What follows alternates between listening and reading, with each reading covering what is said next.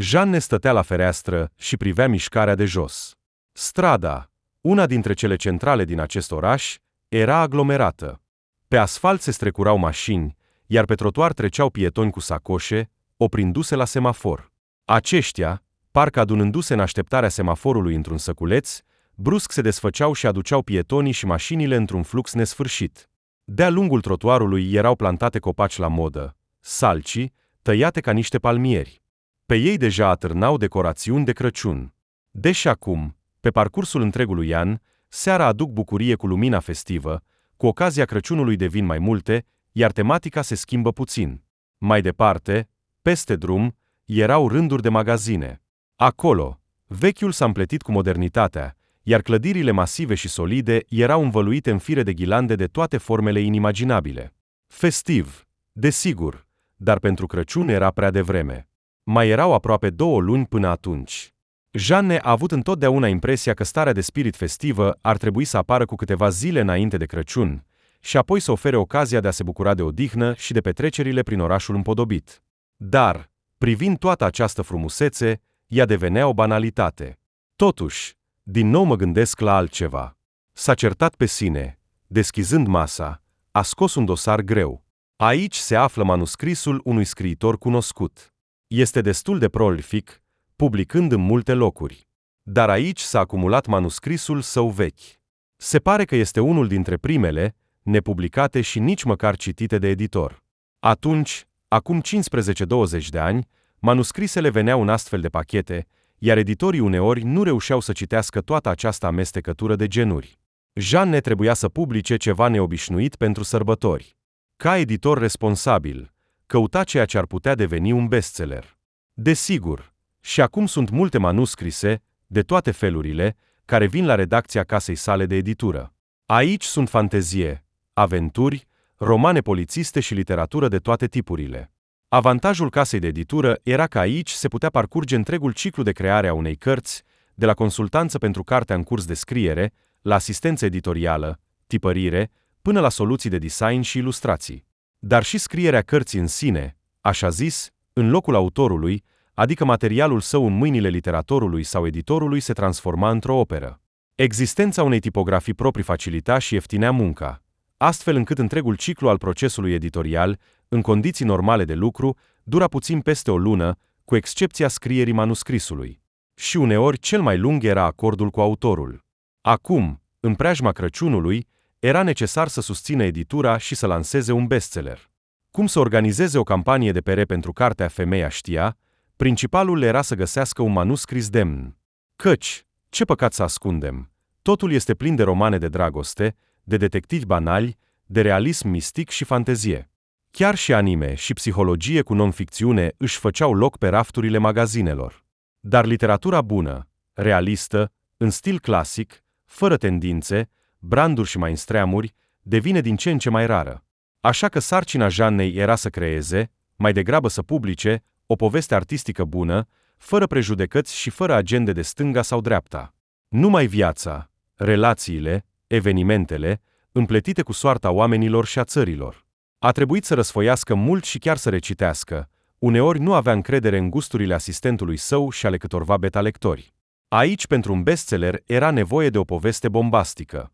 Așa că a decis să răsfoiască manuscrisele vechi din arhivă. Răsfoind titlul, iar manuscrisul, se pare, era pregătit pentru tipărire, dar nu a trecut selecția sau dintr-un motiv oarecare a fost întors, așa că primul capitol a absorbit-o pe Jeanne cu totul. S-a lăsat prinsă de un subiect simplu. Povestea unei femei care se confruntă singură cu neajunsurile acestei lumii, care își crește singură copiii și încearcă nu doar să se stabilească în viață, ci și să încerce să se ridice. Să se ridice pe scara carierei, acolo unde munca ei preferată îi va aduce nu doar satisfacție morală, ci și materială. Povestea a captivat-o și ea a amintit Jeannei cum a început și ea să trăiască în acest oraș. Au fost ani care păreau atât de departe, când a rămas singură cu copiii. Și viața era grea, nu era suficient de nimic. Era imposibil să câștigi bani. Jeanne a făcut ce a putut. La locul de muncă în laborator plăteau puțin, a trebuit să învețe să fie maseuză și să adauge câțiva bani la salariu prin masaj. După ce soțul ei a murit, iar ea a rămas singură să se ocupe de toate, A devenit clar că visul de a se muta în partea centrală a Rusiei era o necesitate, nu o capriciu. Încă cu soțul căutau un loc potrivit, unde să găsească o locuință ieftină și un loc de muncă bine plătit. Dar nu s-a întâmplat. Și atunci Jeanne a ridicat steagul căzut din mâinile soțului și a început să caute opțiuni singură. Atunci mulți plecau în centru, ea nu avea dreptul la greșeli. Restrânsă în mijloace, trebuia să nimerească din prima. Și atunci o prietenă, pregătindu-se să meargă într-unul dintre centrele regionale, mai aproape de Moscova, a invitat-o să vină cu ea, zicând că împreună e mai vesel și că pot să se ajute reciproc și că e mai ușor să plătească pentru apartament. Au negociat mult, căci Jeanne nu avea pe cine să lase copiii pentru mult timp, ei trebuiau să fie doar cu ea. Prietena părea că nu era împotrivă, dar înțelegea că viața va fi imediat diferită decât a două femei singure. Era clar că copiii vor ocupa mult timp și va trebui să o ajute pe prietenă. Dar, totuși, alea era o adevărată prietenă și, desigur, a fost de acord. Așa că au plecat mai întâi în recunoaștere. Jeanne și-a lăsat copiii la verișoara ei pentru doar 2-3 zile. Recunoașterea s-a dovedit a fi dificilă. A trebuit, în scopul economisirii, să meargă peste tot pe jos. Mai întâi au trecut pe la fabrici, acolo unde puteau să se angajeze pe specialitate. Apoi cineva le-a sugerat să meargă la o fermă din apropiere, zicând că acolo se caută lucrători și oferă locuință. Au plecat fetele, dispuse la orice, doar să scape din sărăcie și întuneric. Au ajuns greu la sat, aproape 3 ore. La birou l-au așteptat pe director. Acesta le-a primit cu căldură, le-a ascultat, chiar le-a promis locuri de muncă. Și a rămas doar o întrebare. Dar unde sunt soții voștri? Această întrebare le-a prins pe fetele fără soți pe nepregătite. Ambele erau fără soți, nu știau ce să spună. Directorul a decis să vorbească în locul lor și, de asemenea, să explice întrebarea. Fetele, sunteți specialiști valoroși, nu mă îndoiesc, dar problema este că am nevoie de mecanizatori și, în consecință, le ofer locuință. Așa că, dacă soții voștri lucrează la combine sau tractoare, sunteți binevenite. Și, apropiindu-se de fereastră, a arătat cu mâna spre satul de case. Iată casele pentru mecanizatorii mei. Vă asigurăm loc de muncă și copii la grădiniță. Dar am nevoie de bărbați. Atunci, pentru prima dată în toate aventurile și pierderile, lacrimile au început să-i curgă Jeannei. Ea le-a șters ușor și, zâmbind puțin cu un nod, a spus, dar de unde să iau un mecanizator? E văduvă, a completat prietena.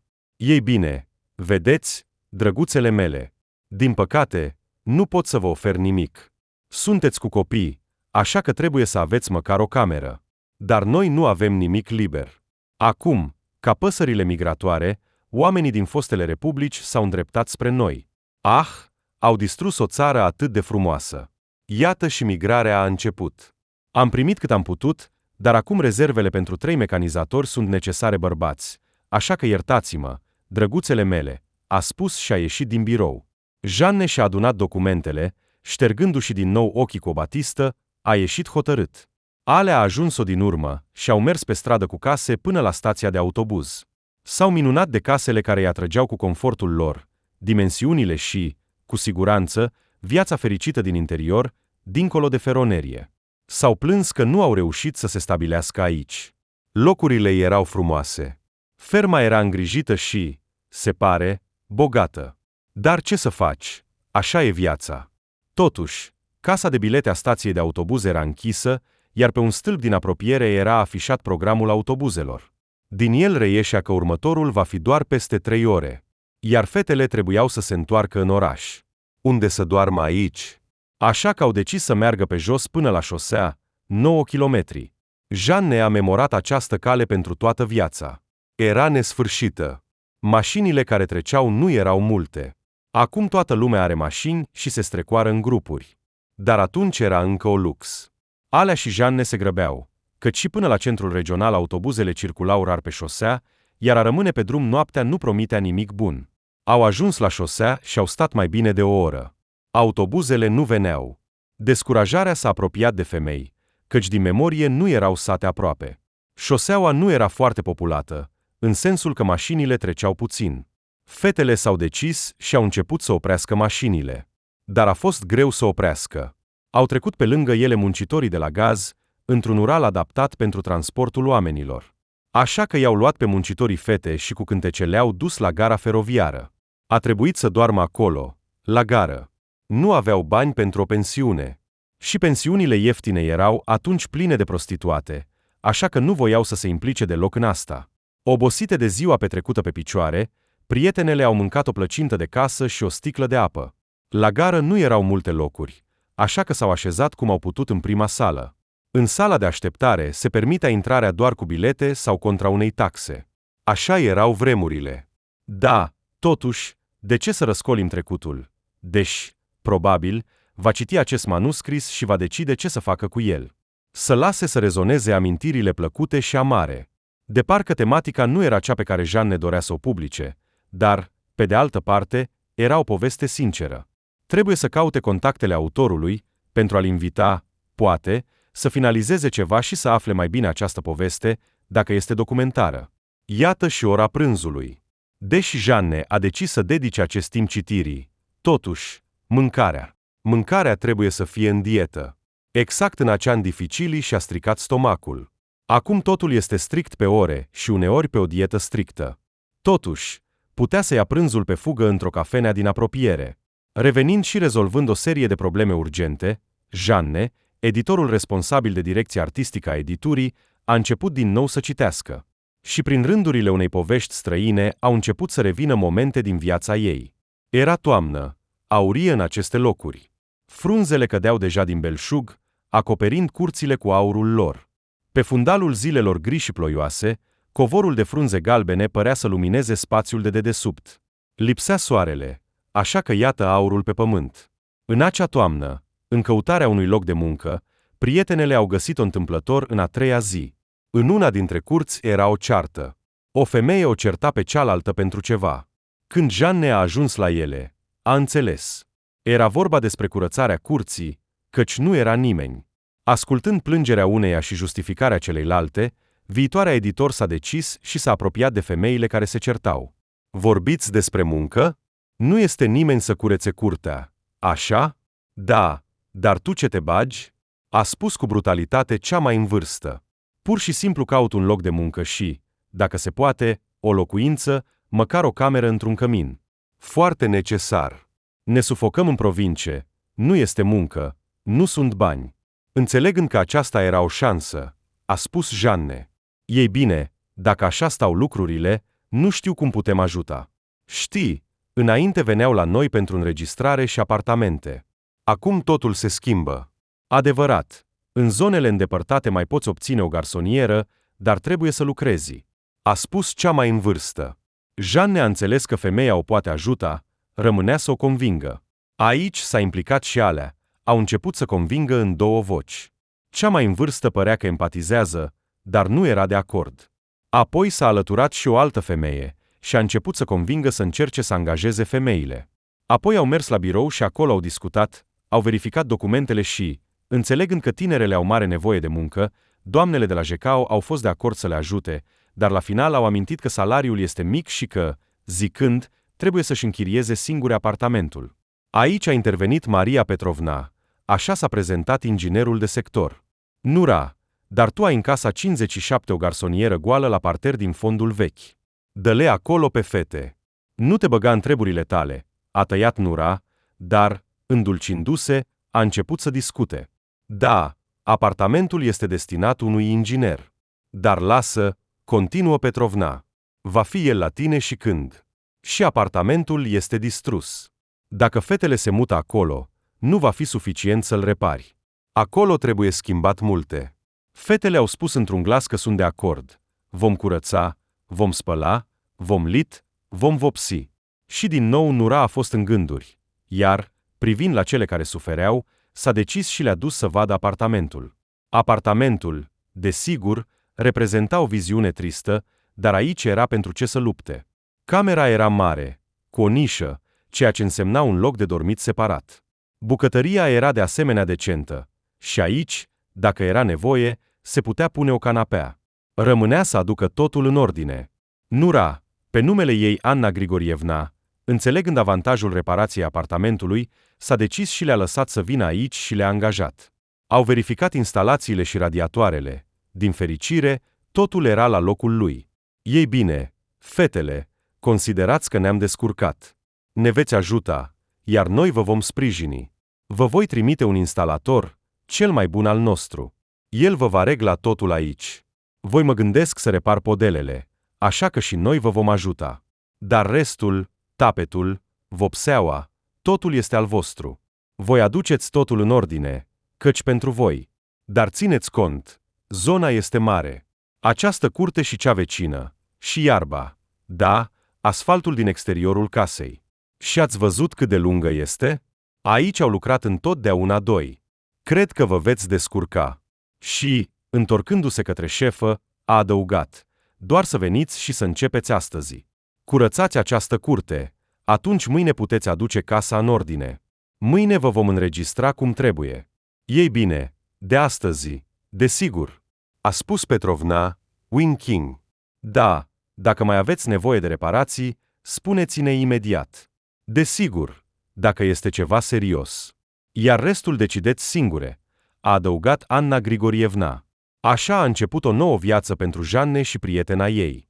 Schimbându-se în muncă de curățenie, făceau reparații. Au găsit bani pentru cele mai ieftine tapete și vopsea. Jeanne a lucrat cândva în brigada de construcții și a învățat să tencuie și să șpăcluie, încât orice constructor ar fi invidios. Pe rând au mers acasă. Jeanne a adus copiii.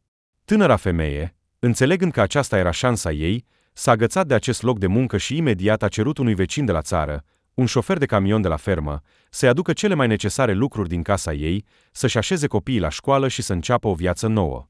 În timp ce se așeza, se uita la locurile de muncă disponibile. Au apărut cunoscuți, empatici și sfătuitori, care au ajutat cu probleme importante și să caute muncă. Doar că în acele vremuri era puțină muncă.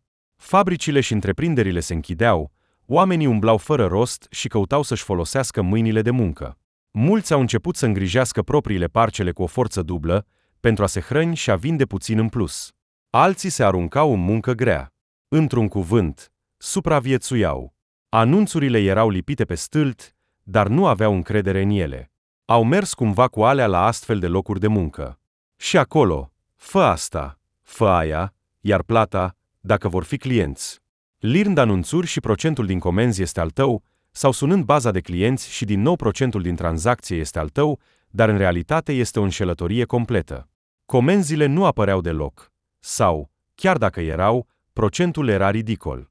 Doar cheltuielile pentru transport erau acoperite. Au fost altele cu distribuirea cosmeticelor. Aici picioarele și limba trebuie să fie fără oase. Abilitatea de a vinde, cum spune alea, nu este dată tuturor. Așa că anunțurile de muncă, cât au fost răsfoite, din fericire, erau aduse în pachete în scările blocurilor, iar aceste prietene le foloseau și le reciteau, notând telefoanele și adresele, și apoi, furând timp, alergau în căutarea muncii. Dar nici aici nu era totul simplu. Locuitorii curții respectau fetele pentru hărnicie. Copiii ajutau. Jeanne chiar a înființat flori în fața caselor primăvara următoare, ceea ce i-a surprins pe locuitori. Dar se bucurau de frumusețe și ajutau fetele în toate modurile. Jeanne în timpul liber mergea și făcea masaj. Și așa se descurcau. Anna Grigorievna, inspectând odată apartamentul, a declarat: "Tu, fetiță, ar trebui să plătești pentru apartament. Dar eu plătesc toate contoarele." "Nu, nu mă refer la asta. La chirie ar trebui să plătești." "Iată, este atât de frumos." "Dar noi l-am adus în ordine," a răspuns Jeanne. "Ei bine, ar fi fost unde să facem ordine," a continuat să insiste Anna Grigorievna și a stabilit un preț, cu aluzia că, dacă nu-i place, va găsi pe cineva să o închirieze. Prețul era mic, dar era supărător, din cauza timpului, din cauza efortului, și nu puțini bani au fost cheltuiți pe reparații.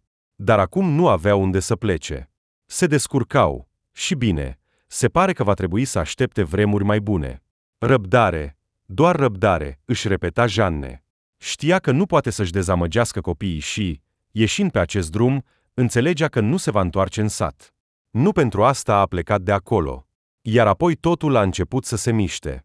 Ale a găsit o altă muncă și s-a întâlnit cu un bărbat, a plecat să locuiască cu el. Acum în apartament era cu adevărat loc. Dar, în schimb, trebuia să curețe mai mult. Amătura era o treabă, dar a curăța zăpada, asta da. Se întâmpla să stea până la 3 dimineața, iar spatele nu se mai dezmorțea. Iar zăpada cădea din nou dimineața, iar aleile trebuiau curățate din nou.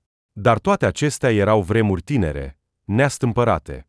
Reușea să facă totul și începea să se uite și la alte locuri de muncă. Fără a renunța la munca de femeie de serviciu, s-a angajat vânzătoare și a început să câștige mai mult. Acolo a fost promovată la funcția de adjunct al directorului, iar apoi a fost luată în birou pentru a scrie rapoarte corecte. Retailurile au apărut, iar cariera în comerț a început să crească. Cariera a început să o surprindă cu întorsăturile sale. Atunci piața nu era încă saturată de publicitari, iar Jeanne a fost invitată să se ocupe de promovarea uneia dintre mărcile de retail din zonă. Roata a început să se învârtă. Copiii, atât fiul, cât și fiica, învățau deja la școală, creșteau și o bucurau pe Jeanne. Desigur, și bărbați au fost în viața ei, dar relațiile serioase nu s-au conturat. Fie că erau căutători de aventuri, fie temporari. Iar Jeanne visa la dragoste, la faptul că copiii să fie fericiți. De aceea, de cele mai multe ori, logodnicii și pretendenții dispăreau repede. Femeia a decis să nu renunțe la fericirea ei feminină, ci pur și simplu să aștepte până când copiii vor crește mai mari și atunci să aștepte fericirea ei. Cu atât mai mult cu cât nu avea timp pentru toate, viața personală a fost lăsată pe mai târziu. Au trecut câțiva ani, iar munca de femeie de serviciu a dispărut. A ținut-o mult timp, dar când a început să câștige decent, iar timpul pentru curățenie devenea din ce în ce mai puțin, s-a decis să închirieze un apartament. Dar, în același timp, Jeanne a renunțat la funcția de femeie de serviciu. A fost trist, căci acesta a fost o anumită etapă din viața ei, din formarea ei în viața urbană. Dar trebuie să mergi mai departe, așa că tristețea a dispărut. Și, luând o gură de aer în piept, tânăra femeie s-a aruncat cu capul înainte în noua viață. Jeanne a mers la cursuri de formare profesională în domeniul managementului comerțului și în sala alăturată a văzut un anunț despre înscrierea la cursurile de copywriting. Ascultând puțin din lecție la ușa deschisă, a vrut să plece, dar atunci cineva a atins-o pe umăr. Un bărbat mai în vârstă a întrebat-o, interesat. Da, abilitatea de a gestiona cuvintele este o mare artă, a spus Jeanne cu admirație. Aici aveți dreptate, cuvântul poate să reînvie și chiar să omoare, a continuat discuția bărbatul. Valentin Sergivic, profesor de artă oratorică, s-a prezentat interlocutorul. Ce tare! A continuat tânăra femeie cu admirație. Stăpânul cuvântului? Dar asta este spus prea tare, desigur. Dar îi învăț pe oameni să se adreseze cu cuvintele, să scrie texte corecte. Acum am lansat un curs de copywriting. Știți, ne-am confruntat cu o problemă. Oamenii au încetat să-și exprime gândurile corect în rețelele sociale. Acolo este haos. Limbajul vorbit nu este clar pentru toată lumea. Iar când vrei să transmiți un sens, o idee, o propunere, trebuie să știi cum să-ți exprimi corect gândul. Și atunci am decis să ajutăm cu această problemă. Am început cu publicitate, promovarea produsului, paginii, am dezvoltat o metodologie și acum predăm. Nu doriți să ascultați? Da, eu am încercat să mă îndepărtez de aici, a spus Jeanne, dar bărbatul a fost insistent. Acest lucru nu vă va împiedica, doar vă va adăuga încredere în sine și va fi util pentru afacere. Probabil, sunteți adesea pe rețele sociale, comunicați. Acolo veți observa imediat cum pagina dumneavoastră va deveni mai vizitată. Și despre muncă nu mai vorbesc.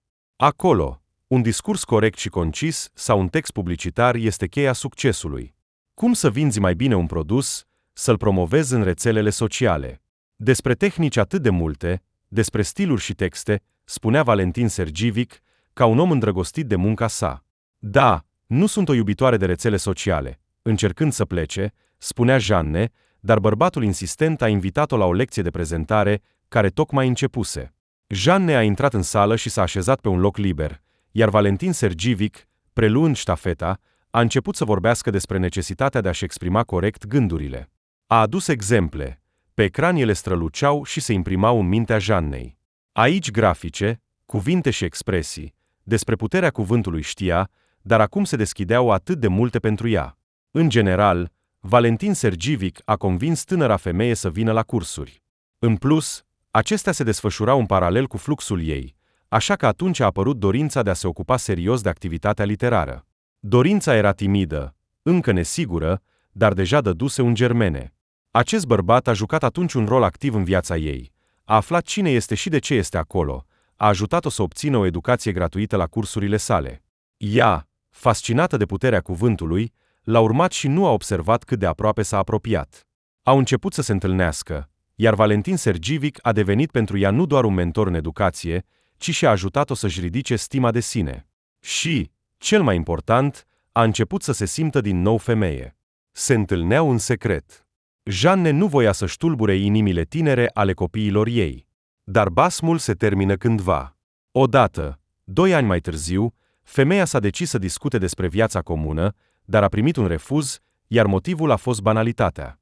Valentin era căsătorit și nu intenționa să divorțeze de soția sa. Dar despărțirea, deși dureroasă, nu a lăsat amărăciune. El a ajutat-o să înțeleagă ce ar dori să facă și chiar a ajutat-o să se înscrie la Litfac la distanță. O ajuta chiar și după despărțire. El a devenit trambulina ei într-o viață complet diferită. Așa că Jeanne i-a fost recunoscătoare și au rămas prieteni. Istoriile în care maestrul se îndrăgostește de opera sa, iar în acest caz de elevă, sunt mii. Recent s-au văzut, el era din nou în euforia științei sale și s-a bucurat de succesul protejatei sale. La sugestia lui, ea a ajuns cândva în această editură, în departamentul de manuscrise. Le citea atunci, mai târziu a devenit editor. Așa că aceste amintiri au fost evocate de acest vechi manuscris. Probabil că pentru promovarea de Crăciun nu se va potrivi, dar după sărbători merită să fie tipărit. Poate că autorul are o continuare a acestei povești. Trebuie să-l sun și să-l invit la o discuție. Dar istoria ei atunci nu s-a încheiat, iar cariera ei fulgerătoare, realizată datorită muncii asidu, a cunoștințelor și dragostei pentru literatură, a devenit vârful carierei în această editură. Nu dorea mai mult decât poate să scrie o carte, și nu una singură.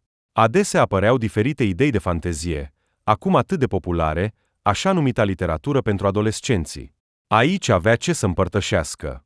Cu copiii au fost diferite povești, depășiri și chiar bătălii. Dacă toate acestea ar fi îmbrăcate într-o formă anume și prezentate ca povestiri despre familie și relațiile din ea, ar fi un proiect destul de reușit. Iar o carte autobiografică în stilul autoficțiunii ar fi fost cu siguranță răpită. Dar acestea sunt doar vise deocamdată. Acum nu era timp pentru creație. Sau poate nu era încă pregătită, se gândea Jeanne, iar ultima amintire vie a fost întâlnirea cu actualul ei soț.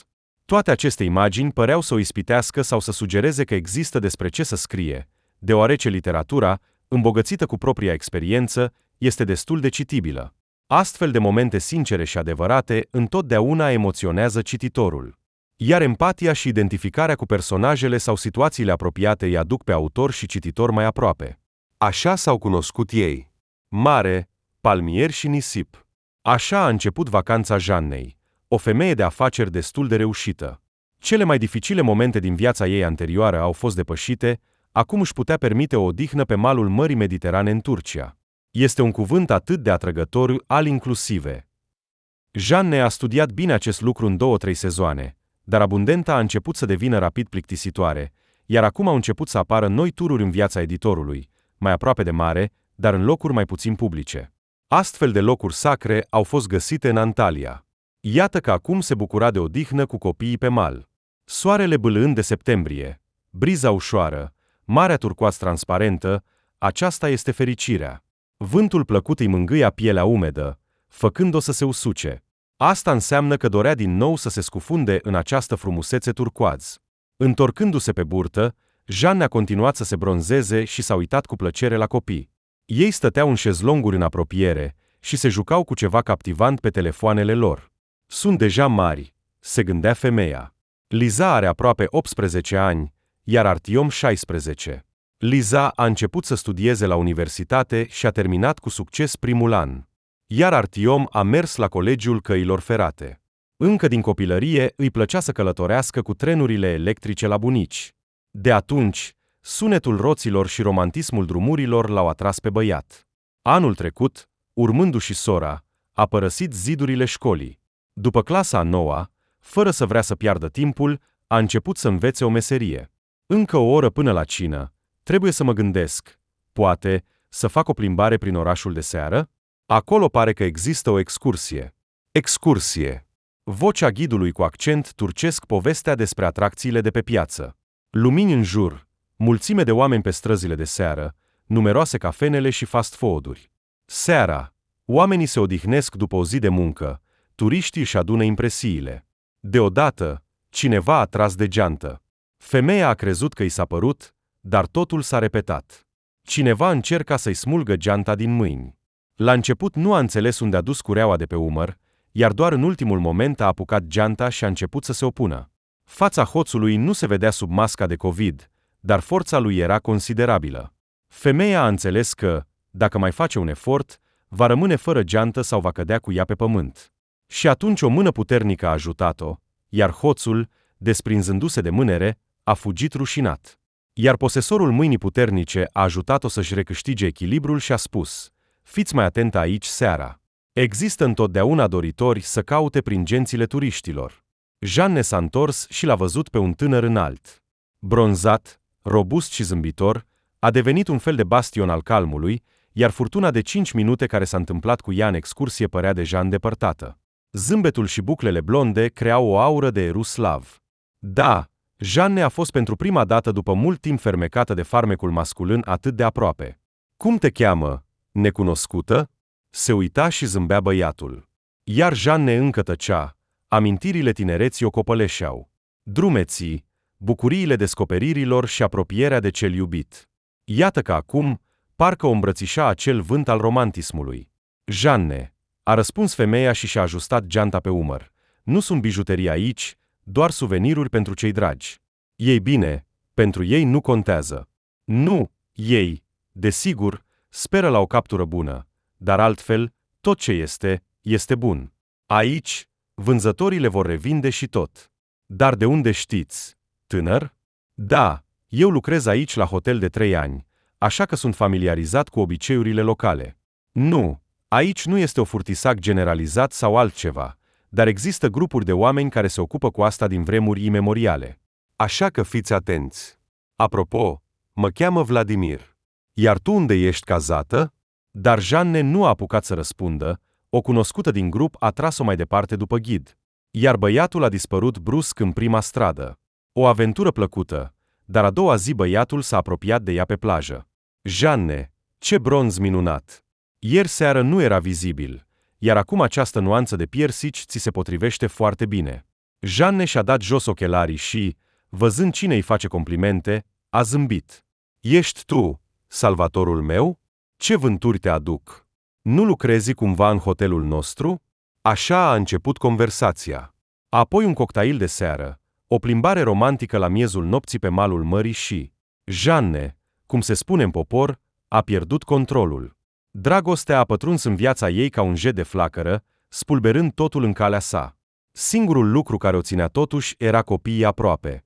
Nu dorea să-i sperie, așa că s-a abținut să depășească limitele decenței. Și doar noaptea a fugit ca o fetiță la iubitul ei. Fericirea, desigur, nu a durat mult. 7 zile, și deja era timpul să se întoarcă. Vladimir, fermecat, a cerut telefonul și a promis că va suna când va fi în Rusia. Dar Jeanne înțelegea că, cel mai probabil, aceasta era doar o politețe și dorința de a lăsa o impresie plăcută. Iar ea dorea să rămână cu el. Dar o atitudine foarte matură față de viață își făcea simțită prezența. Acum era mai bine să se despartă și să accepte această întâlnire ca pe o poveste de vacanță și să o încheie pe cea mai înaltă notă. Vladimir a condus-o pe iubita sa până la aeroport. Iar copiii păreau că nici nu au înțeles cine este el, de ce le-a dus bagajele și de ce a sărutat-o pe mamă. Acasă a început viața de zi cu zi. Dar entuziasmul vacanței s-a stins deja în prima zi. Prima noapte a fost goală și rece. De parcă toamna în aceste locuri abia începea, dar Jeanne a fost cuprinsă de frig. A realizat brusc că acest băiat cu părul de aur i-a furat inima. A rămas acolo, pe malul Mării Mediterane. Dar ea, o femeie puternică, visând, dorind și tâniind, continua să lucreze. În noiembrie rece și umed, când pământul, ud de ploi, nu voia să se acopere cu o pătură albă, când nopțile deveniseră lungi și cerneala neagră, iar unele scurte și umede, într-o zi a sunat telefonul. Jeanne. Vocea de cealaltă parte vibra puțin și se auzea un ușor gurguit, dar ea o recunoscu. Era Vladimir. Inima i s-a prăbușit, obrajii i s-au înroșit, ca ai unei fetițe surprinse în mijlocul unei fapte indecente. Nu știa ce să răspundă, iar el, probabil, înțelegând subtil confuzia, a adăugat încet: scrie adresa în WhatsApp, voi fi seara. Oh, ce agitație a fost cu femeia! Știa că băiatul era cu aproape 10 ani mai tânăr decât ea și nu era căsătorit, iar ea era deja mama unor copii adulți. Câte gânduri i-au trecut prin cap. Între timp, toate aceste gânduri o frământau cu sensurile lor pro și contra, iar mâna a început involuntar să tasteze pe telefon adresa apartamentului. Copiii nu erau acasă astăzi. Fiica s-a mutat de mult la iubitul ei, iar fiul a plecat recent la Cămin. Acolo și studiile sunt mai aproape, și sala de sport este aproape. Așa că Jeanne a stat singură în ultimele 2 săptămâni. Și acum Jeanne a plecat mai devreme de la muncă și s-a ocupat de ea însăși. Pentru prima dată dorea să fie frumoasă nu pentru ea, nu pentru cei din jur, ci doar pentru el. Dar apoi, ca un duș rece, a venit gândul: de ce vine el? Este o continuare a aventurii sau? Totuși, ce importanță are? Poate că a venit vremea pentru ea? Întâlnirea a fost extraordinară. A venit cu flori, o sticlă de vin și o mână de săruturi. S-au trezit amândoi deja mult după miezul nopții și s-a decis să mănânce. Jeanne s-a pregătit să comande ceva, ca de obicei. Vladimir s-a mirat. Căci cu câțiva ani în urmă, aceasta era o lux. Iar acum stăteau în bucătărie, semi-îmbrăcați, mâncând pizza și salată. Vinul îi încălzea plăcut sângele și îi împingea în brațe, cerând continuarea întâlnirii într-un loc mai confortabil, de exemplu, în dormitor. Conversația era despre nimic și despre tot în același timp. Vremea, toamna, sfârșitul sezonului și dorința de a se întâlni cu iubita era o poveste plăcută a tânărului. Iar agitația vieții, singurătatea bruscă de seara acasă, munca, sentimentele și trăirile altora, despre asta vorbea Jeanne. La început, i s-a părut că băiatul a venit la ea din plictiseală sau dorind să-și amintească emoțiile lor de acolo, de la mare. Dar nu. Vladimir a perseverat zi de zi în a o curteze pe Jeanne și a început să discute cu ea despre conviețuirea împreună. Se pare că el era originar din acest oraș, iar părinții lui locuiesc aici. Iar el, după facultate, căutând câteva câștiguri mai bune, a încercat multe, dar într-o zi a ajuns în afacerea turistică, iar atunci viața a început să strălucească pentru el în culori vii. La început a fost o joacă, antrenor de fitness și ghidare în excursii, dar când a învățat limba, a devenit reprezentant al firmei și s-a descurcat foarte bine cu responsabilitățile sale.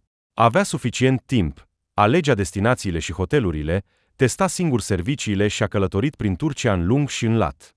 Dar după întâlnirea cu Jeanne, a decis că este timpul să schimbe direcția, avea nevoie de emoții noi. Cu acest gând a venit la iubita sa să o seducă în industria turistică. Dar Jeanne, sigură de sine, mulțumită de viața actuală, avea un apartament bun, a cumpărat un al doilea în rate pentru copii, avea o mașină și o muncă care o trimitea la expoziții și târguri, acum nu s-ar fi lăsat atât de ușor de pozițiile sale.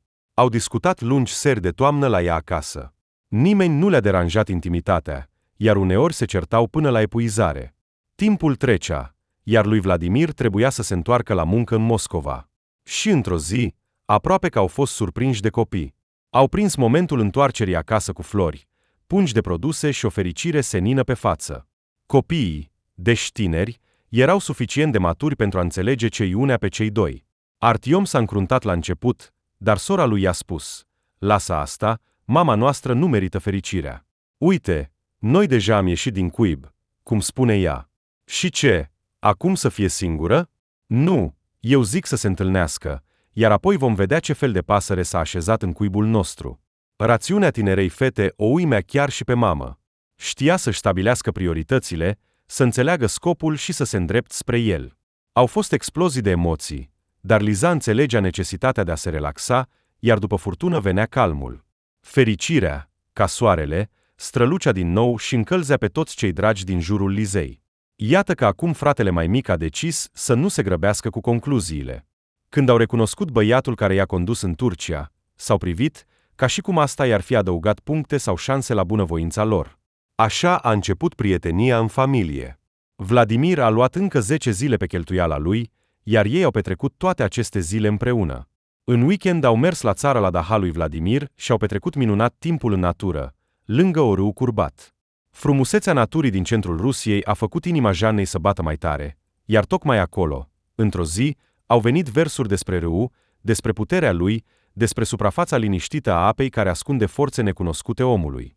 A încercat să păstreze aceste versuri până acasă, în timp ce se întorceau. Versurile s-au evaporat, dar câteva aluzii au rămas, iar sensul a rămas. După aceea, ea, notând primele sale impresii despre poezie, și-a amintit începutul primei versuri. Și magia s-a repetat. A scris alte versuri. La cina de familie, atât Vladimir, cât și copiii le-au apreciat la justa valoare. Dar timpul nu iartă, iar Vladimir a plecat la muncă, fără să rezolve pentru sine întrebarea principală, ce să facă. Nu voia să renunțe la muncă, iar femeia îi plăcea din ce în ce mai mult. Calmă, încrezătoare, bună, ea radia o lumină interioară. Numai Vladimir o vedea, pentru că aceasta era lumina unei suflete îndrăgostite. Îi plăcea cum se îmbracă, cum vorbește, iar chiar și unele gesturi îl încântau. Diferența de vârstă părea că nu exista. Reușea să arate nu doar mai tânără decât colegele ei de vârstă, ci chiar și decât colegele lui. Dar aici, desigur, mama lui Vladimir se prohila. Zinaida Nicolaevna a căutat cu atenție și mulți ani candidate pentru nurori.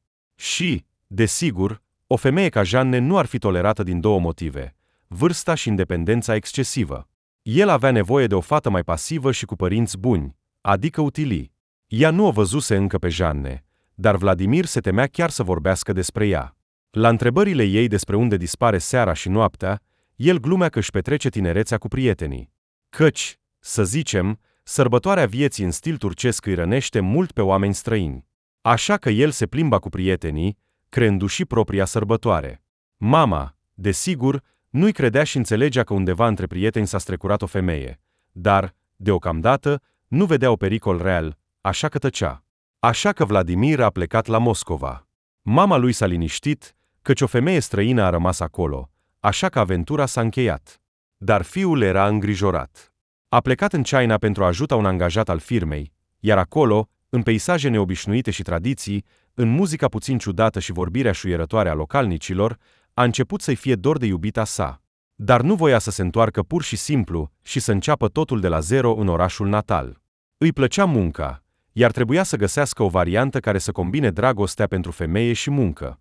Dar și asigurarea materială era o componentă importantă.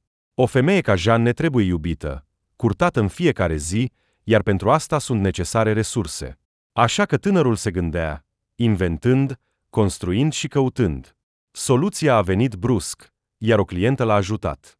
S-a dovedit că l-a recunoscut. Era mama unui coleg de clasă. Anume din gura ei a auzit sacrosanctul răspuns: de ce firma dumneavoastră nu deschide un filial în orașul nostru?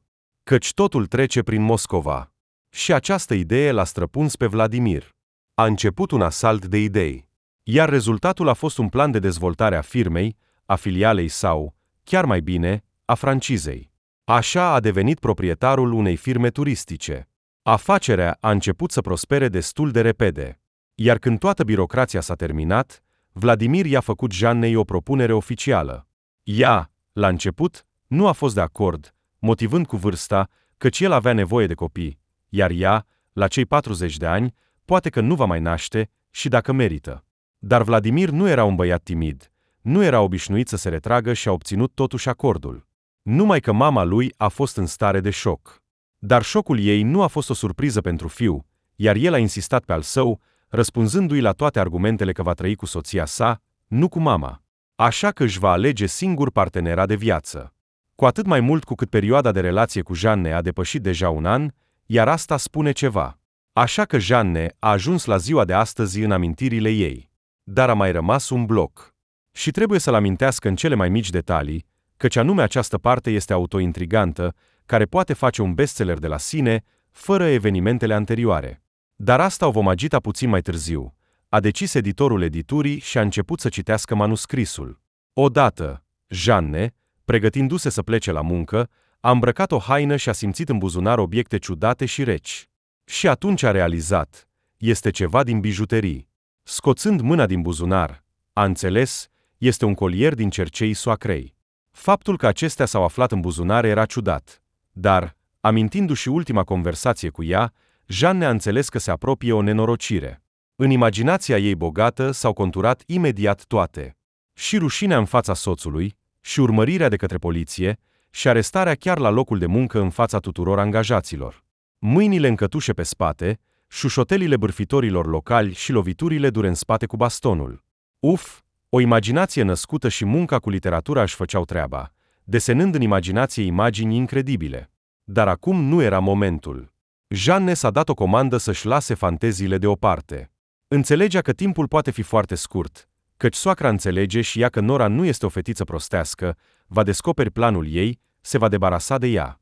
Ce să fac? Se gândea tânăra femeie, panicată. Să le arunce soțului? Să-l lase să plătească pentru mama lui? Sau pur și simplu să le pună într-un loc vizibil și să-i spună: Mama, ai uitat, mai ales că apartamentul este al ei? Sau poate să o învețe pe soacră și să scape de bijuterii, și să o lase să dovedească când și cum a putut lua aceste bijuterii. Apropo, nici măcar nu sunt frumoase. Totul este chițc. Aur masiv, brut și o mulțime de rubine mari. Ar trebui să le evalueze, căci poate sunt chiar false. Dar timpul trece și trebuie să facă ceva. Și atunci, ei, unei persoane care lucrează cu literatura, i-a venit în minte o poveste absolut detectivă. Ce-ar fi dacă aceste bijuterii le-ar ascunde și să o lase pe soacra, gata să o acuze de furt, să se descopere? Jeanne nu avea iluzii și înțelegea că bijuteriile nu ar fi putut ajunge pur și simplu în buzunarul ei. Cel mai probabil, au fost aruncate. Așa că, draga soacră, va îndrepta căutările în direcția corectă.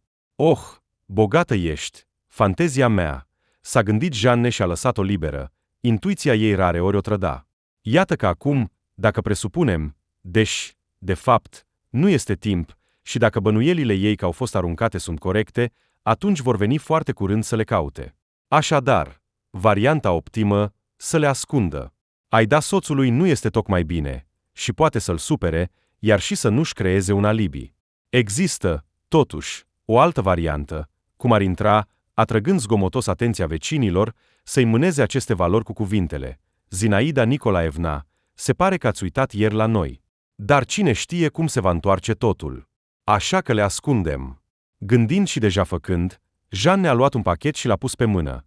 A scos din buzunar inelul, cerceii și lanțul cu pandantiv, a întors pachetul pe dos și deja știa unde le va ascunde. În acel loc, nimeni nu va găsi acest pachet. Jeanne a ascuns totul într-un loc secret și, verificând cu atenție, și-a spălat mâinile și a făcut cafea. Așa face de obicei înainte de muncă. Emoțiile creșteau, iar gândul a venit: dar dacă totul nu este așa? Și bijuteriile au ajuns în buzunar din întâmplare. În acest caz, probabil că nu mă voi mărturisi, dar mai târziu voi arunca sau voi face pe cineva că le-am găsit. Inima nu credea încă în așa o răutate din partea soacrei, dar se poate întâmpla orice. În cele din urmă, nervii s-au relaxat, iar în cel mai liniștit moment a sunat soneria. Jeanne, aranjându-se și punându-și o jachetă în loc de haină, a deschis ușa. Pe prag stătea Zinaida Nicolaevna și polițistul. Zinaida Nicolaevna, ce te aduce? Eu plec la muncă, a spus Jeanne. Dar polițistul tânăra femeie l-a privit pe furși și s-a întors din nou către soacră. Vladimir este de mult la muncă? Nu, eu vin la tine, dragă.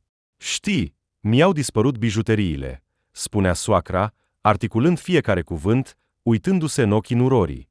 Iar Jeanne nu și-a bătea privirea și încerca să înțeleagă de ce această femeie, care părea atât de drăguță, nu o plăcea atât de mult. Bijuteriile au dispărut? A întrebat Nora. Ați chemat poliția? A continuat tânăra femeie întrebările. Da, am decis mai întâi să vorbesc cu polițistul și cu tine, a spus brusc bătrâna. Jeanne, fără să înțeleagă nimic, a invitat vizitatorii în sufragerie și a auzit cheia în ușă. Asta era Vladimir. Ciudat. Salut. Dar tu ce faci? A întrebat soția surprinsă. Mama a chemat dintr-un motiv oarecare. Numai puțin surprins s-a răspuns soțul. Răutatea soacrei a șocat-o pe Jeanne. Totul s-a făcut clar într-o clipă. Ea i-a pus acum în buzunare, ca să o prindă pe Nora, a invitat polițistul și pe fiu.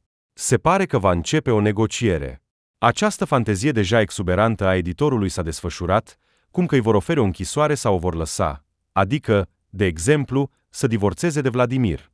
Da, ce situație, se gândea Jeanne, dar în viață s-au întâmplat multe, iar acum înțelegea că trebuie să joace piesa ca pe note. Apariția soțului complica puțin totul. Acum să-i explici de unde are aur în ascunzătoare. Dar și aici se va găsi o ieșire. Cum au ajuns aici, așa și-au dispărut. Și în furia ei Jeanne s-a gândit să nu returneze aceste valori deloc. Să rămână în ascunzătoare. Deocamdată. Și să încerce să dovedească că ea le-a luat. Să caute. Polițistul, privindu-se în jur, a luat loc pe scaunul oferit, a așezat pe masă hârtiile din dosar, a scotocit mult timp, alegând o foaie specială. Răbdarea femeilor era pe cale să se termine, iar doar Vladimir a așteptat răbdător. Aștepta să se termine joaca cu hârtiile și să înceapă să explice polițistul despre ce este vorba și ce are nevoie. Vladimir respecta organele și înțelegea reglementările lor de muncă și încerca să nu se amestece, înțelegând că este mai bine să taci. În timp ce mama deja se agita, iar Jeanne se uita cu un aer gol la mâinile tânărului polițist. Mama, spune-mi, de ce m-ai chemat? A început conversația Vladimir, văzând că pregătirile pentru ceva din partea polițistului s-au terminat. Tânăr, nu te grăbi. Ești fiul Zinaidei Nicolaevna? A întrebat polițistul cu o voce ridicată. Da, sunt fiul. Numele, patronimul și numele de familie, anul și locul nașterii și prezentați pașaportul, a continuat angajatul organelor. Vladimir, nemulțumit de întorsătura lucrurilor, a povestit despre el, așa cum era normal. Apoi, aceeași procedură l-a așteptat și pe Jeanne. Și abia după aceea polițistul a explicat scopul vizitei. Zinaida Nicolaevna susține că soția dumneavoastră a furat bijuterii în valoare de 450.000 de ruble, așa cum este scris în descriere inel de aur, lanț cu pandantiv și cercei cu rubine, de 985 de probă, fabricat în anul 1950. Conform declarației, acestea au dispărut după ce ați părăsit ieri apartamentul reclamantei. Jeanne a privit cu un zâmbet ușor sarcastic la soț, iar el, cu ochii mari, se uita la mama sa. Mama, despre ce vorbești? Ce bijuterii? Cine a luat? Și de ce crezi că este Jeanne? Nu eu, de exemplu. A? Poate că am pierdut la bursă și am decis să-ți fur aurul și, dându-le înapoi, să obțin niște bani? Evenimentele se desfășurau rapid. Pal Sergevici, explica Zinaida Nicolaevna cu răbdare, vedeți cum i-a întors pe fiul împotriva mea. El nu crede mama și este gata să o apere și să-și asume vina. Așa, Zinaida Nicolaevna, să mergem pe rând. Mie ați spus că bijuteriile din aur și rubine au dispărut, un set. Susțineți că acestea au fost luate de Jeanne Leonidovna Kosaciova. Așa-i? Cu baza de dovezi ne-am lămurit deja, și se pare că acestea sunt doar cuvintele și presupunerile dumneavoastră. Adevărul este că inspecția casei nu ne-a dat nimic, și se pare că valorile nu sunt acolo. Așadar, doamna Jeanne Leonidovna, vă rog, dacă ați luat aceste bijuterii, returnați-le și atunci cetățeanul Fedina nu va depune plângere la poliție. Suntem aici pentru a clarifica situația, până nu s-au făcut pași în cadrul relațiilor legale. Apoi, mașina de anchetă a instanței va începe să se miște, câștigând viteză. De aceea, este mai bine să returnați totul și să ne despărțim în pace. Milostiv, Pavel Sergivici, dar dacă eu nu am habar despre asta? Nu am luat, nu am văzut, nu știu. Atunci cum? A replicat politicos Jeanne. Ei bine, dacă puteți cumva dovedi că nu aveți legătură, a continuat discuția ofițerul de poliție. Permiteți-mi, a intervenit Vladimir. Am fost împreună ieri și nu am observat nimic suspect la soția mea.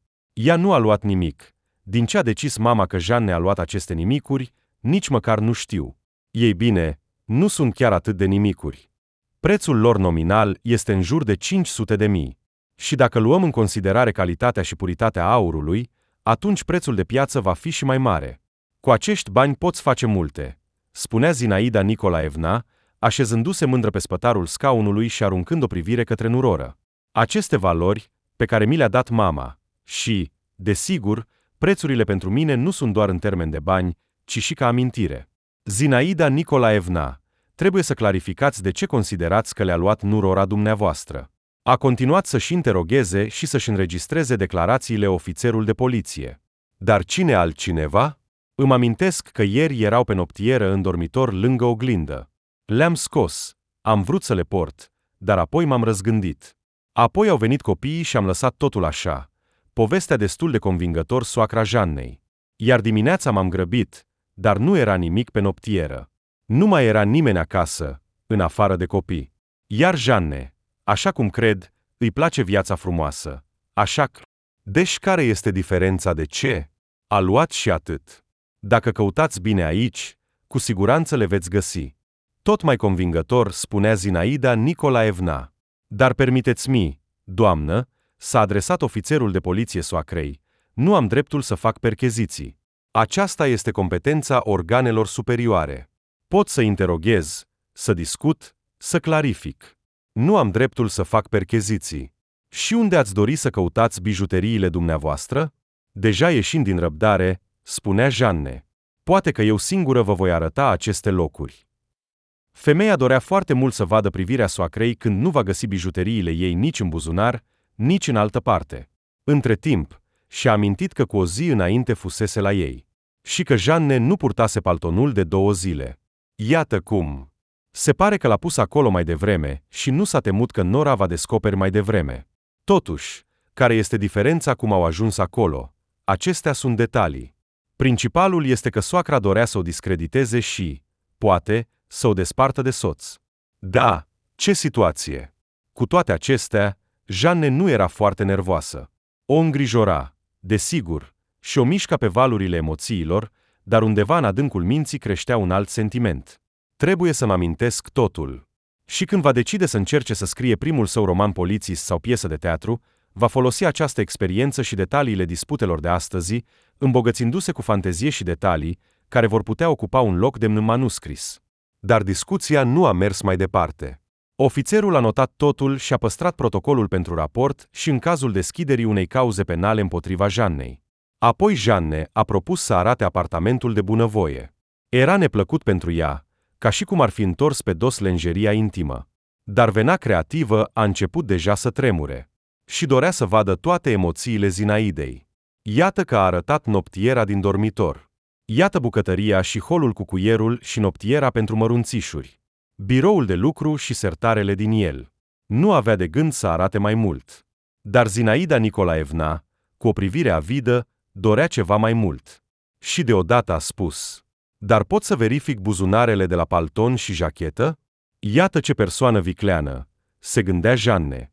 Nu a rezistat și s-a dat de gol.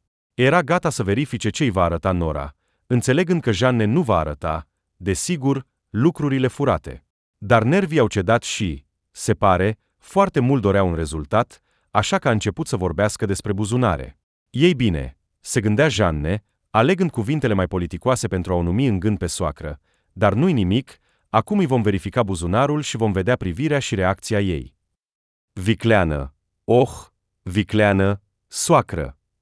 Dar nu a nimerit pe cine trebuie, se gândea femeia, și, apropiindu-se de cuier, s-a gândit din nou, dar uite, s-a asigurat. Întreabă și despre palton, și despre jachetă. Deci, vrei să verifici jacheta sau paltonul? A spus Nora cu sarcasm. Da, nu-mi amintesc în ce ai venit ieri. Janne s-a decis și a arătat buzunarele jachetei, iar soacra vicleană nu a clintit, a privit în tăcere. Dar când buzunarele paltonului au început să fie verificate, atunci ochii au strălucit, mâinile au început să se miște nervos, ca și cum o ajutau să se mențină în echilibru în așteptare. Vladimir stătea lângă și încerca să le îmbuneze pe amândouă. Nu dorea certuri între cele două femei dragi. Dar culminarea se apropia, iar buzunarul drept s-a dovedit a fi gol. Tensiunea pe fața soacrei crește. Nici buzunarul stâng nu avea nimic. Și atunci soacra nu mai rezistă și spune: Cum așa? Dar unde sunt? Da, se dădeau de gol, bătrâna doamnă. Dar ar trebui să fie aici? A întrebat din nou Janne cu sarcasm. Dar nu a fost niciun răspuns. O umbră de frică sau ceva de genul acesta a trecut pe fața Zinaidei Nicolaevna.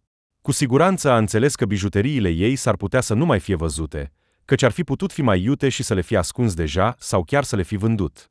Și atunci soacra a început o isterie.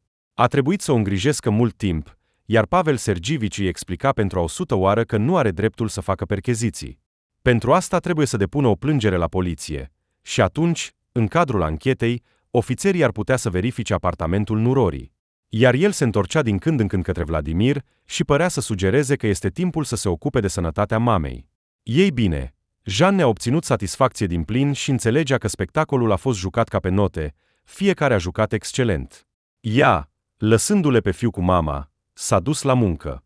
Totuși, acum trebuie să se gândească cum să returneze aceste valori soacrei. Dar asta mai târziu, acum mai repede la muncă și să-și rezolve sarcinile de lucru. Dar stresul a urmărit-o pe Jeanne toată ziua. Era în formă și extrem de productivă și amabilă. Așa este dragostea soacrei pentru nora ei, deci nu mai avea nicio îndoială că ea a făcut asta singură. Între timp, ofițerul de poliție a plecat, mama și fiul au rămas, și în timp ce ea își revenea după criza nervoasă, vorbeau despre multe. Și din nou despre Jeanne. Și din nou despre o altă nuntă pentru el. Mama, în ciuda căsătoriei lui, continua să-i caute o mireasă. Mama, nu începe din nou această discuție. Nu mă voi căsători, pentru că sunt deja căsătorit. O cunosc bine și înțeleg de ce am nevoie. Să câștig bani. Ea îi va cheltui. De ce ai nevoie de o astfel de noră? Sau poate că ți-am devenit un fiu plictisitor și vrei să mă dai. Ei bine, Vladimir, ea este deja o femeie matură. Amândoi aveți 30 de ani. Amintește-ți, lăsați-o. Ce spui, mama? De ce nu este căsătorită? Și copii nu are până acum. Are deja 32, dar tot zboară ca o flutură. E timpul să depună ouă. Vladimir, dar ce vorbești? Ce ouă? Fluturii se coc. Iată, și eu spun că ouăle urmașilor înseamnă că trebuie să facă copii. Dar ea se coc și în această hibernare a tuturor funcțiilor. O interesează doar exteriorul. Ei bine, Vladimir, gândește-te. O partidă bună. Tatăl ei este un funcționar. Te va ajuta cu afacerea. Aha, și va cere mită, ca data trecută, pentru licitație. Nu, mamă, știi, până acum nu am întâlnit pe nimeni mai bun decât Jeanne. Și orice ai spune, ea este o femeie adultă, independentă, știe foarte bine ce vrea. Dar are copii și nu sunt ai tăi. Da, sunt deja mari, așa că ne gândim să avem unul al nostru. Iar tu ești aici cu Aglaia ta. Ce nume? Aglaia. Neagră. Și atât. Noi nici măcar nu am fost foarte prieteni la școală. Eu eram un iepure îndrăgostit, iar ea, ca un piton, m-a apăsat cu disprețul ei. Nu mă convinge. Noi suntem deja împreună de 3 ani. Ne-am uitat unul la altul și vrem să ne căsătorim. E timpul. Zinaida Nicolaevna înțelegea că nu poate să-l păcălească acum pe fiul ei, trebuie să acționeze altfel. Oare să o bage pe Aglaia în pat? Se va culca și îi va plăcea. Sau poate că va funcționa începutul de gentleman, se gândea femeia cu ironie. Sau poate să se gândească la ceva mai bun. Și în general, mama, încetează să o mai ataci pe Jeanne. Oricum nu o voi părăsi. Îmi place foarte mult să fiu cu ea. Totul este la locul lui în viața aceasta. Vreau să o protejez și să o îngrijesc. Nu mai insista, căci voi înceta să vin la tine și să te vizitez. Vei fi cu Aglaia ta și vei cânta. Râzând, spunea fiul, încălțându-se în hol. Mama nu era la prima încercare de a-l despărți de soție. Nu-i plăcea deloc că ea este mai mare decât soțul cu 9 ani. Zinaida Nicolaevna nu o iubea pe nora ei deloc. Jeanne părea că arată bine și are o siluetă frumoasă, iar diferența de vârstă nu se observa deloc, dar ceva la ea o respingea pe soacră. Poate că prea multă independență în femeie era exact ceea ce nu avusese niciodată Zinaida Nicolaevna. Ea se obișnuise să se bazeze pe voința părinților, apoi a fost dată de soție unui om înstărit și fără dragoste. Și a trăit așa toată viața, ca într-un contract, îndeplinind clauzele, îngrijire, hrană, intimitate la cerere, fiu. Toată dragostea a decis să o ofere lui și a crescut un tânăr minunat. Dar acum acest tânăr egoist, în opinia mamei, a decis să zboare din sub aripa ei. Se părea că este timpul. Dar ea, crescută în anumite tradiții, dintr-un motiv oarecare considera că fiul ar trebui să se căsătorească cu cea pe care o va indica mama sau tata. Iar băiatul se răzvrătea, și nu era prima dată. Și acum a întâlnit această femeie vicleană. Și gata. Dragoste, morcov, și fiul s-a dus la ea, nu a rămas să trăiască în apartamentul imens al părinților. Iată că soacra nu știa cum să-l despartă pe fiul de această doamnă în vârstă. Timpul a trecut, dar nu-i părea rău nici de Jeanne, nici de fiul ei. Ea a crezut întotdeauna că toți trăiesc așa. Ce fericire! Dragoste! Principalul este să creezi un bastion și o fortăreață, iar pe ce este construită, asta este o problemă secundară. Și, în general, dragostea este un sentiment efemer, dispare într-o clipă. Iar familia trebuie să rămână, ca un castel ancestral, unde poți reveni întotdeauna sau să te retragi din luptă. Dar fiul, desigur, nu o asculta. Acum a apărut ocazia să-l căsătorească cu fiica primarului. Ea, desigur, este o mare petrecăreață, dar tinerețea. Acum se va căsători și se va așeza. Acolo și tatăl ei îi va da un impuls, dacă este nevoie, iar Vladimir nu este un novis. Poate, dacă vrea, să o ia în mâini. Vor face copii și totul va merge așa cum trebuie. Iată un exemplu de dragoste maternă. Ea a pus de la început o bază pentru o viață nu foarte fericită. Ce contează? Dragostea tot va înșela. Dar va trăi bine. Tata poate ajuta mult viitorul Ginere. Afacerea, care a început să se împotmolească pe fondul inflației și al înlocuirii importurilor, poate că nu doar va ieși la suprafață, ci va începe să crească. Așa se gândea Zinaida Nicolaevna, jucându-se cu draperia de catifea a feronierului și privind pe fereastră. Aștepta când fiul va ieși din acest imens bloc. Iar Vladimir se grăbea după prânz la muncă și zâmbea în sinea lui. Din nou mama a început să organizeze o căsătorie. Îi plăceau fetele umflate, tonifiate, ținute extravagante și obiceiuri. Principalul era renumele, puterea și banii. Dar nu, draga mea mamă, continua dialogul său mental Vladimir, nu vei reuși nimic. Jeanne este deja soție. În curând va deveni soția binecuvântată și va naște un copil. Și totul se va așeza la locul lui. Nepotii vor încerca femeile, așa îi se părea bărbatului. Dar nu era cunoscător al sufletelor feminine. Oh, cât de mult se înșela în această privință! Zinaida Nicolaevna suna, fără să-și ia degetul de pe sonerie. Practic apăsa această nenorocită buton. Jeanne înțelegea că s-a întâmplat ceva. Îmbrăcându-se cu un halat după duș, s-a dus la ușă. Venirea timpurie a soacrei era, desigur, neașteptată, dar nimeni altcineva nu putea veni la ei la o astfel de oră. Vladimir încă dormea și, se pare, nu auzea acest semnal al trâmbiței lui Ierihon. De ce a întârziat atât de mult? A spus soacra, răsuflând greu, când Jeanne a deschis ușa. Trecând mai departe în apartament, respira sacadat și a devenit clar că nu era doar o oboseală. Nora a așezat-o pe femeia în vârstă pe canapea, i-a sugerat să se sprijine pe spate și să încerce să respire mai uniform. Între timp, a chemat soțul și a alergat la bucătărie la dulapul cu trusa de prim ajutor. Primul lucru era să-i măsoare tensiunea, apoi să decidă ce să facă mai departe. Iar Zinaida Nicolaevna deja spunea ceva și nu se oprea. Nu vă grăbiți, Zinaida Nicolaevna. Respirați. Acum vom măsura tensiunea și vom vedea, și apoi vom vorbi. Și deja adresându-se soțului care a intrat, a adăugat adu valeriană sau corvalol. Ce găsești? Aici nervii sunt evident la limită. Și întorcându-se din nou către soacră, a întrebat ce s-a întâmplat? Sunteți atât de palidă și agitată. La început am crezut că este din cauza urcării pe scări, dar acum văd că este ceva diferit. Da, la noi s-a întâmplat ceva, a spus femeia și s-a lăsat puțin. Tonometrul trădător întârziase, piuia cu un sunet alarmant, speriind în liniștea matinală prin neobișnuitul său. Pulsul se încurca, iar din această cauză semnalul era întrerupt. Cifrele săreau și nu se grăbeau să scadă. Aparatul a dat o eroare. Acesta este un semn prost. Desigur, poate că pur și simplu s-a terminat bateria sau a fost o altă eroare.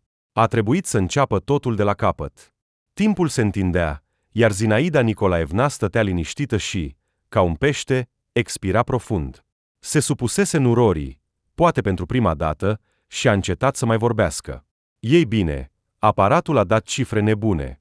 220 la 120. Da, cu astfel de lucruri nu se glumește.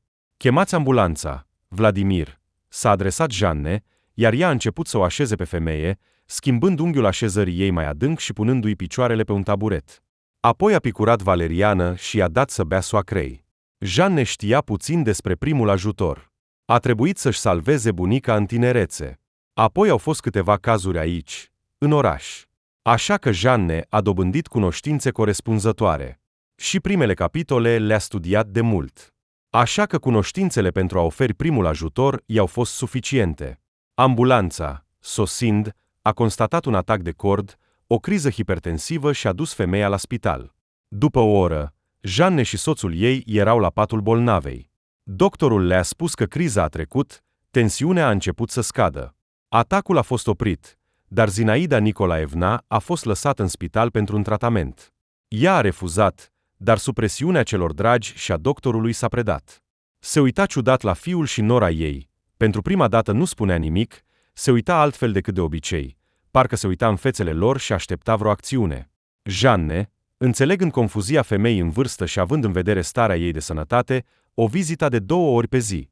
În fiecare zi aducea ceva de mâncare, de casă și dietetic.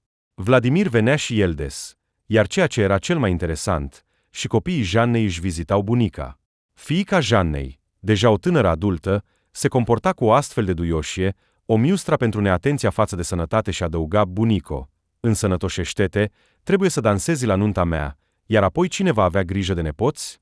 Aceștia, uite, își vor face copiii, unde le va fi lor la ai mei, râzând și mângâind-o pe Zinaida Nicolaevna, spunea Liza, femeia în vârstă era de asemenea amuzată.